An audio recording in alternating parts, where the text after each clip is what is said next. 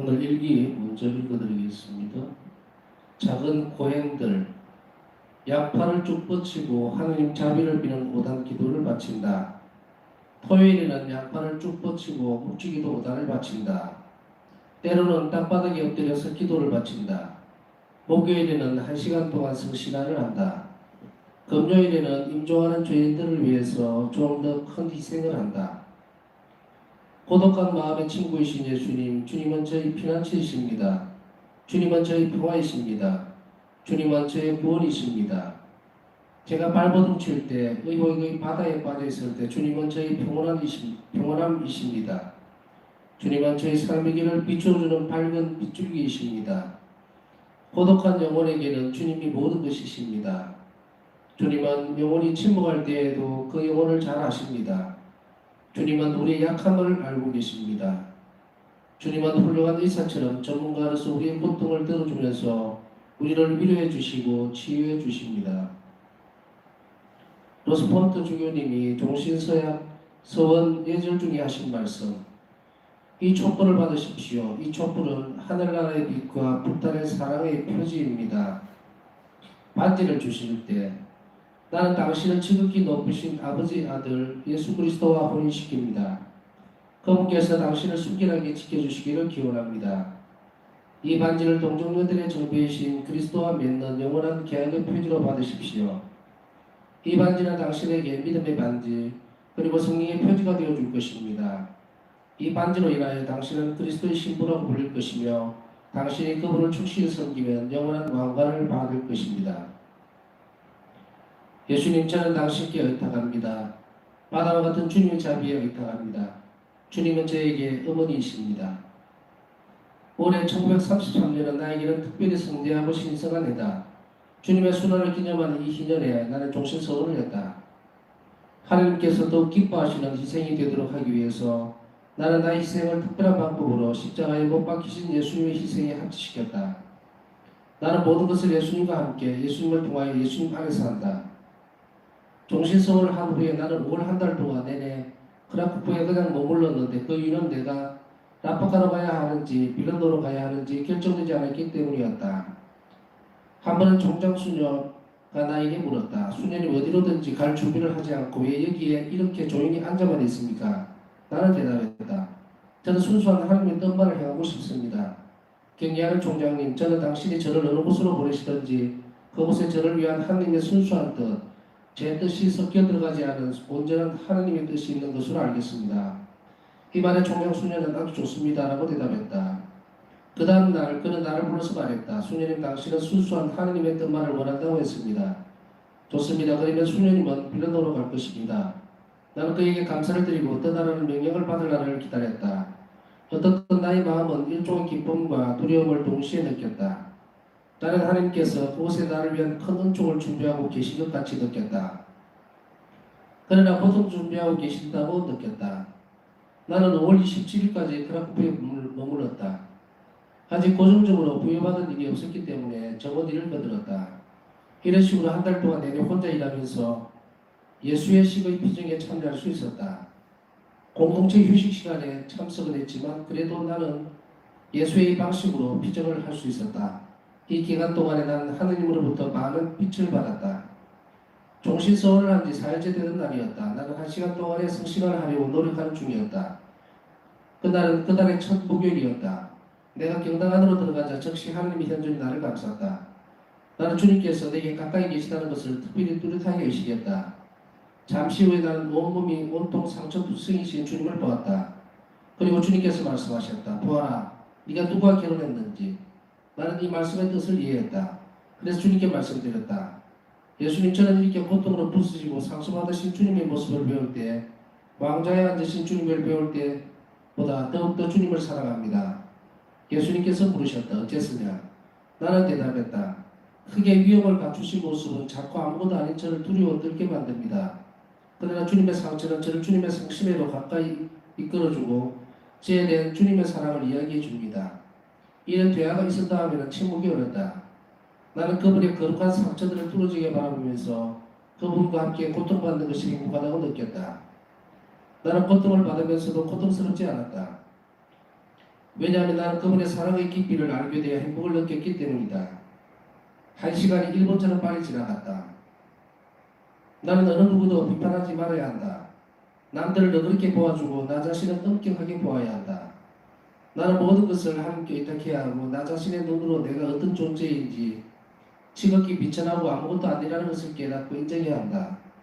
고통 중에 나는 모든 것이 시간과 함께 지나간다는 것을 알고 조용하게 인내해야 한다. 내가 종신승원을 하는 동안에 내가 체험한 것에 대해서는 말하지 않는 것이 더 좋을 것이다. 나는 그분 안에 있고 그분은 내 안에 계신다.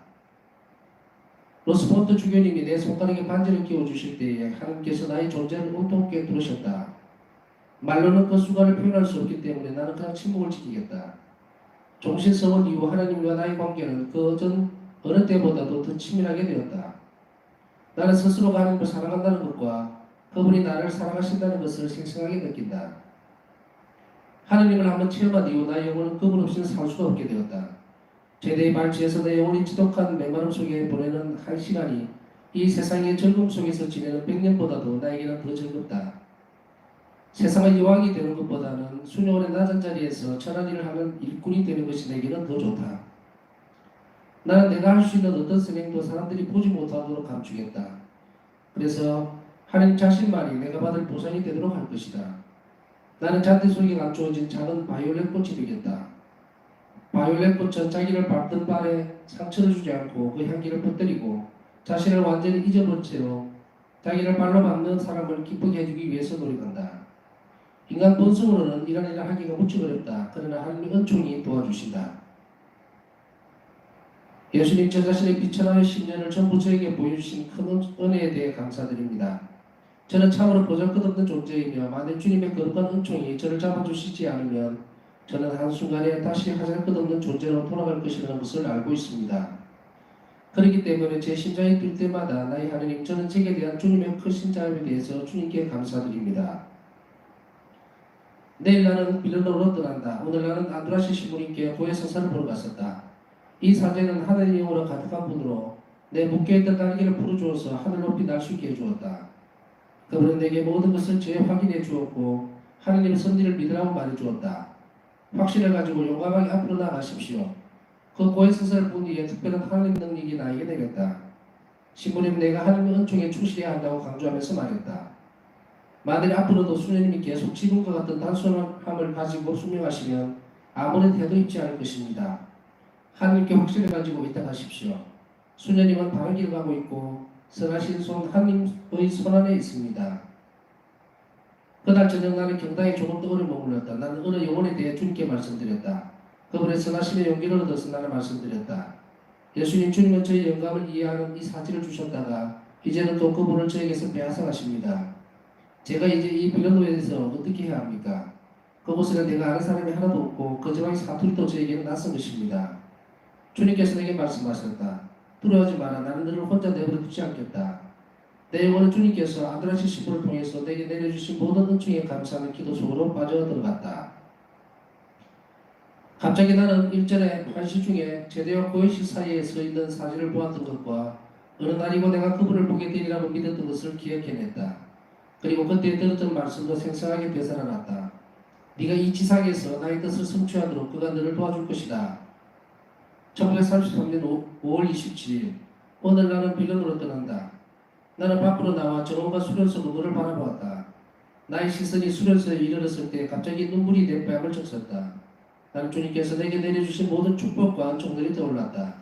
그런데 뜻밖의 나는 꽃밭 옆에 서 계신 주님을 보았는데 그분께서 내게 말씀하셨다. 울지 마라. 내가 항상 너와 함께 있겠다. 예수님께서 말씀하시는 동안에 나를 감싸던 하느님의 현존이 여행하는 동안 내내 나와 함께 하셨다. 나는 빌런으로 가는 길에 챈스토바에 들어도 된다는 허락을 얻었다. 새벽 5시에 성모상의 제각시에 참석했을 때 나는 처음으로 성모의 성상을 보았다. 나는 11시까지 계속해서 기도했는데 11시가 되었을 때에도 마치 금방 그곳에 도착한 것처럼 느꼈다. 그곳의 장상 세라피나 원장이 내게 아침 식사를 하러 오라고, 그리고 내가 기차를 놓칠 것 같아서 걱정이 된다는 말을 하기 위해서 수녀 한 사람을 나에게 보냈다. 하느님의 어머니께서는 나에게 여러 가지를 이야기해 주셨다. 나는 나의 종신성원을 그분께 맡겨드렸다. 나는 내가 그의 딸이고 그분이 나의 어머니라고 느꼈다. 그분은 나의 모든 청들을 하나도 거절하지 않으셨다. 오늘은 여기까지 읽겠습니다. 다음 대목은 이제 빌라도에 도착해서 생활하시는 일기 내용으로 넘어가기 때문에 오늘 여기서 멈추겠습니다. 오늘 일기 중에 보면 바울타 성녀가 크라쿠프에 있다가 이제 빌라도로 가는지 말아야 되는지 하는 그 시간에 크라쿠프에 이제 잠시 계속 발령이죠. 우리를 보면 발령이 나기 전에 이제 잠시 머무르면서 고정된 일을 아직 마치를 안 했죠.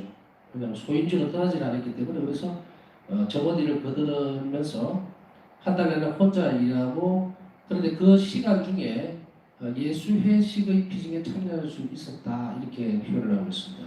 근데 어떻게 바울사 성녀가 예수 회식의 피징에 참석할 수 있었을까? 왜냐하면은 지금도 마찬가지입니다.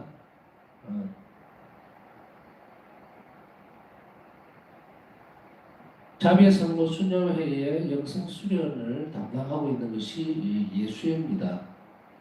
그래서 예수 신부들만이 이 자비의 성모 수녀의 수녀들 전부를 교육시키고 하기 때문에 이때도 벌써 예수의 신부님들이 그곳에서 수도자들하고 같이 피정을 하고 있었던 그게 참석할 수 있었다 이 말이에요. 그래서 나는 예수의 방식으로 피정을 할 수 있었고 이 기간 동안에 하나님으로부터 많은 피정을 받았다. 아마 이야수의 영신수련을 이야기하는 것 같습니다.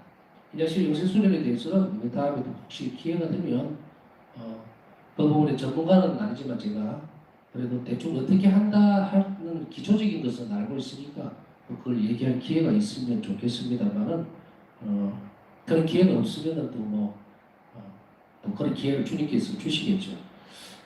자, 오늘 묵상을 할 것 중에 아주 중요한 부분들이 나오게 됩니다. 물론 읽기 전체가 중요하지 않는 부분이 없습니다만은 특별히 우리는 요즘 사순 시기에 들어가 있습니다. 때때로 우리가 헌신적인 내용들을 주님 사랑에 대한 표현으로 이렇게 해놓고 싶을 때가 있어요. 그래서 어떤 희생을 드려야 된다든지 또 뭐라고 이렇게 감사의 표현으로 할 때도 있고 또 가난하고 불쌍한 영혼들을 위해서 우리 자신들의 어떤 자비 행위로서 이런 희생을 드리고 싶다 이럴 때가 있죠. 그런데 실제적으로 이 희생이라고 하는 것이 뭘 어떻게 해야 되는지를 모르는 경우들이 왕왕 있습니다. 하지 못해서가 아니고 하는 방법을 잘 몰라서 이것이 이렇게 하면 희생이 되는 것인가 혹은 어떤 것인가 이렇게 이제 망설이는 경우도 많고요. 또 어떤 때는 전혀 또 그게 깜깜이가 되는 경우도 있습니다. 아무것도 아닌 것 같이 하찮게 되는. 그래서 아유 내가 목주기도 오다봤자 이것도 희생이 되나? 자비기도 못하게 희생이 될까? 너무 편하게 하는 기도 아닌가? 앉아서 하는 것이 맞나? 이런 식으로 될 수가 있죠. 그런데 희생의 가장 주님 앞에 공헌하는 우리 희생의 가장 중요한 건 뭐냐면 우리가 아무리 사소한 것이라도 그 목적이 어디에 있느냐에 따라서 하나님은 굉장히 크게 쓰고 계신다는 거예요. 은총을. 그 희생 자체를 은총으로 변화시켜서. 그래서 전에도 한번 말씀드렸죠. 가장 작은 일을 가장 큰 사랑으로 실천하십시오라고. 누구를 위해서? 예수님을 위해서. 사랑하기 때문에. 사랑의 표현으로 되는 것은 아무리 작은 것이라 하더라도 주님께서는 굉장히 기쁘게 그리고 큰 것으로 받아들인다는 거예요. 그래서 십자가의 길을 하는 게 희생이 될까? 아니면 묵주기들을 바치는 것이 희생이 될까? 아니면 다른 어떤 무엇을 하는 것이 희생이 될까? 이렇게 고민할 필요가 없다는 이야기입니다.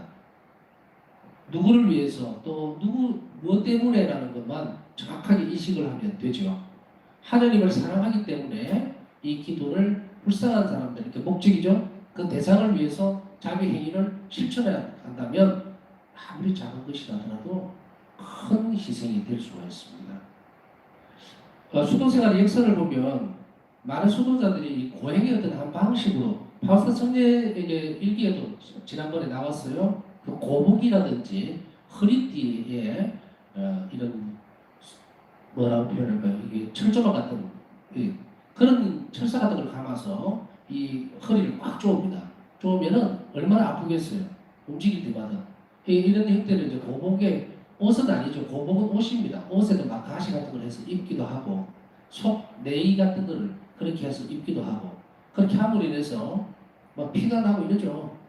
그렇게 함으로 인해서 정말 십자가에 달리신 주님의 순환, 예수님의 순환을 기억하고 동참하려고 하는 그런 희생적인 어떤 부분들이 수도 생활의 역사를 보면 왕왕 드러납니다. 편대로 만들어진 채찍을 친다든지 그렇게 하고 그래서 회개의 어떤 표현들을 하고 이렇게 했던 부분들이 있습니다. 그래서 이런 육적인 고통이 수도 생활의 전통인 그 역사 안에 들어와서 전통적인 어떤 부분, 하나님께 시간 바치는 부분으로 해서 장려되어지고 또 했던 부분들이 시간들이 있기는 있었습니다.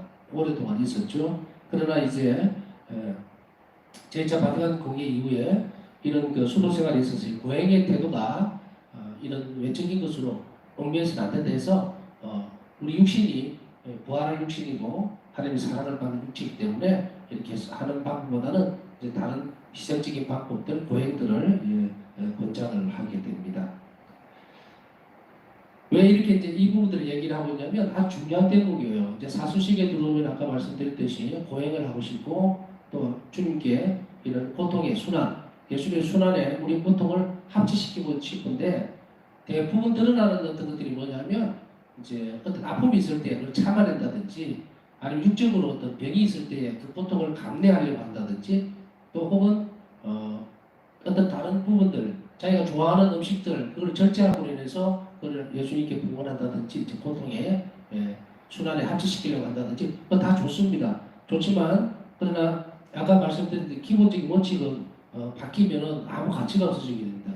구원을 위한 가치의 문제를 따진다면 예수님은 우리에게 아주 그냥 최고의 가치, 희생적 가치라고 하는 것은 순교죠. 그러나 일상적인 삶에서의 우리의 순교도 가능합니다. 그래서 이런 것들을 다 설명할 수가 없으니까 간단하게 이제 요약해서 말씀을 드리면은 아주 작은 일을 큰 희생으로 하면 주님을 위해서 이웃에게 자비로운 방법으로 또 행동으로 드러내기 위해서 한다는 목적이 뚜렷하다면 그것만큼 훌륭한 희생은 또 아름다운 희생은 주님 앞에 없다는 거예요.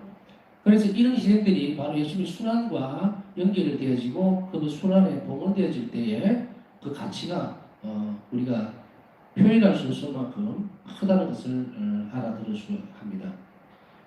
그런데 여기서 이제 참고적으로 오늘 첫 번째로 이 고행에 대해서 이야기를 할 때에 몇 가지만 다시 한번 반복해서 말씀을 드리면 이해가 훨씬 더 쉬워질 것입니다.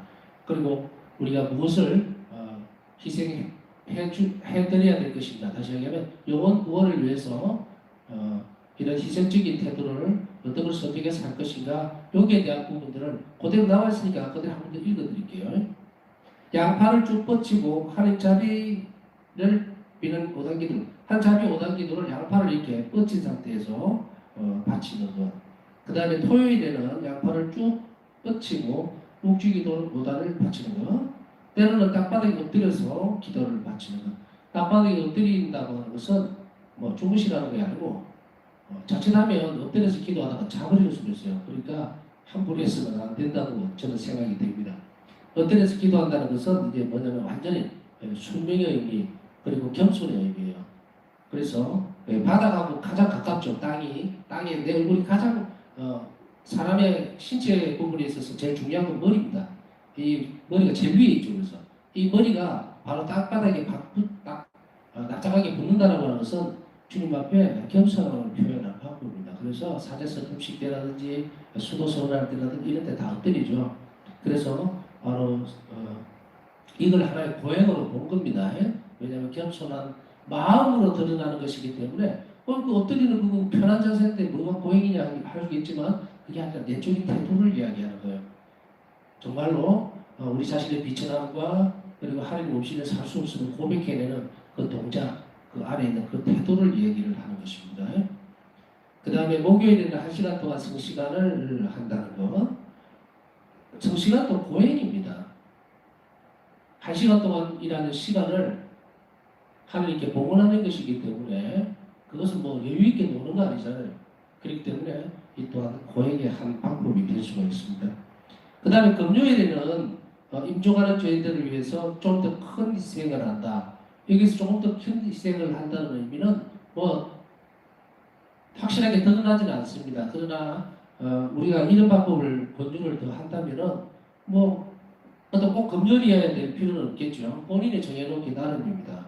그래서 뭐 쉽게 얘기하면 금요일이 좀 적당할 수도 있어요. 그래서 한 끼를 굶어버린다든지 다이어트를 위해서 굶는 건 아무 소용이 없습니다. 그게 아니고 정말 이 작은 희생 배가 고프면 사람이 이렇게 처지고 많이 기력이 딸립니다. 그것을 그냥 주님께 드리는 것이 아니라 임종하는 죄인들을 위해서 이렇게 봉헌하셨다는 것도 같이 우리가 접목을 해버려도 됩니다. 그래서 한 끼의 그 배고픔 그것을 참아내고 그리고 그것을 희생적인 것으로 돌리고 인해서 임종하는 이들을 위해서 주님께서 큰 은총을 베풀어 주십사 하는 이런 부분들이에요. 그리고 또 어떤 때는 우리가 쉽게 실천할 수 있는 부분들 중에서 아까 이렇게 하고 접목을 해버릴 수도 있습니다. 한 끼를 굶으면서 그 돈을 식사비를 아껴서 가난한 이웃들에게 봉사한다. 이건 뭐 두 가지죠. 딱 올라가는 거예요. 그렇게 하면은 하나의 행위가 굉장히 큰 시너지 효과를 내는 그런 부분으로도 활용을 할 수가 있습니다. 그래서 오늘 첫 번째 얘기하는 것은 이런 그 부분이고, 그래서 우리가 고행을 하나님께 실천할 수 있는, 드릴 수 있는 게 무언가를 한번 생각해 봤으면 좋겠고요. 그 다음에 두 번째는 이 단어를 하나 기억을 하셨으면 좋겠다. 우리는 길을 걸어가면서 또 신앙생활 하다 보면 굉장히 고독해질 때가 있습니다. 다른 사람들하고 거리가 떨어져 있거나 혹은 혼자라는 생각을 많이 가질 때가 있어요. 그런데 여기에서 우리는 그것이 혼자 외롭게 놓아져 있는 그 상태가 아니라 이렇게 표현을 하고 있죠. 고독한 영혼에게는 주님이 모든 것이십니다. 이 말을 오늘 묵상을 잘 해보십시오. 아, 외롭다. 나는 누구에게 관심도 못 받는다. 나는 왜 혼자지가 아니라 그 상황을 어디에다가 반사시키느냐의 문제입니다. 내 주변에 사람이 없으니까 내가 외롭고 나에게 관심을 주는 사람이 없으니까 나가 외롭고 나는 어디로 관심을 둘 것인가 하는 문제예요. 내가 주의하는 대상이 없으면 그 사람은 저는 이런 표현을 어떻게 쓰냐면 깔때기라고 표현했어요. 깔때기. 위에는 넓고 밑에는 좁죠. 주변의 상황들이 이렇게 주변의 사람이 없고 혼자 떨어졌을 때는 하나님 나를 버려서 외롭게 두려고 한 것이 아니고 당신만을 바라보라는 거예요. 초대입니다. 그래서 이것을 표현을 보다 보니까 이 고독한 영혼이라는 표현을 썼어요. 고독한 영혼에게는 주님이 모든 것이십니다. 그래서 왜냐하면 다른 사람은 관심을 안 주니까 주님께서 나의 모든 것이 될 수밖에 없다는 거. 그리고 이런 고독한 영혼이 침묵할 때에는 그 영혼을 잘 아시고 우리 약함도 잘 알고 계신다는 것을 다시 한 번 더 강조하고 있습니다. 그래서 우리 자신들이 때때로 이런 데 상황에 놓여지게 되면 좌절하거나 또 혹은 나는 왜 이랬지, 내 처지는 왜 이랬지 하실 필요 없어요. 지금도 독거 생활하는 노인분들이 많습니다. 교회 안에도. 외롭다고 생각하시지 말고 혼자 있어지는 이 상황이 얼마나 은혜로운 상황인지도 더불어서 같이 깨달아야 됩니다. 은총의 시간이에요. 주변에 사람들이 없다고 해서 외로워지려고 도는 게 아니라 이제 그 시간을 오롯이 주님께로 향할 수 있는 시간으로 만들 수 있다면 그만큼 정말 훌륭한 시간을 보내줄 방법이 없어요.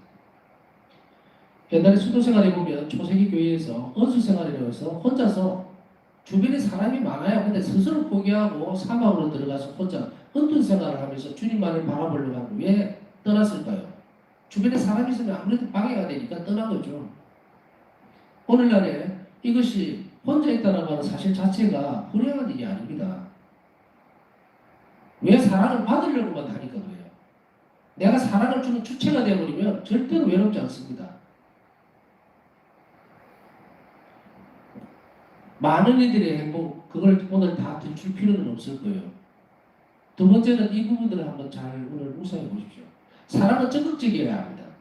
자비로운 행위를 열심히 실천하는 사람은 외롭지가 않아요. 왜냐하면 내 자신의 자비를 바라는 사람이 그렇게도 많다는 걸 알 수 있기 때문에요. 내가 그만큼 소중해지는 거죠. 그런데 다른 사람들에게 관심을 받고 다른 사람의 사랑을 받으려고 하면 채워도 끝이 없습니다. 모든 사람이 나를 다 사랑해 줄 수 없는 거니까. 100명 중에 두세 명만 빠져버려도 나는 좌절하거나 실망을 해버리죠. 하나님 안에서 우리 인간의 태도는 왜 늘 언제 어디서나 어떤 처지에서든지 자비로운 사람이 되라고 하느냐면, 그렇지 않으면 우리는 완성이 되지를 않습니다. 왜? 하느님은 사랑이시고 자비시기 때문에 우리 자신의 특성도 사랑이고 자비여야 돼요. 그리고 주님께서 나에게 완전히 주셨기 때문에 이제 받은 것에 대해서 반사를 시켜야 됩니다. 그렇지 않으면 우리 자신들이 행복해질 수가 없습니다. 결국 요래 찔끔 저래 찔끔 선한 일 조금 하고 뭐도 하고 안 됩니다. 한결같 돼야 돼요. 모든 힘을 다해서 그 일을 하지 않으면 우리는 결코 행복해질 수가 없습니다. 우리가 TV에서 한 번씩 보시면 어떤 노인분들 혼자 사시는 할머니 한 분이 폐지를 모아서 따박따박 몇 분 안 되는 그 라면 끓여 먹고 사시면서도 그렇게 밝고 기쁜 거예요. 왜 그럴까를 보니까 폐지 모아 돈을 모아서 착착 제껴가지고 유아원들, 고아원, 불쌍한데 빵을, 간식을 갖다 준다. 이게 너무 기쁜 거예요, 이 사람에게, 이 할머니에게서. 그거를 가만히 들여다보니까 거짓된 건 아무것도 없어요.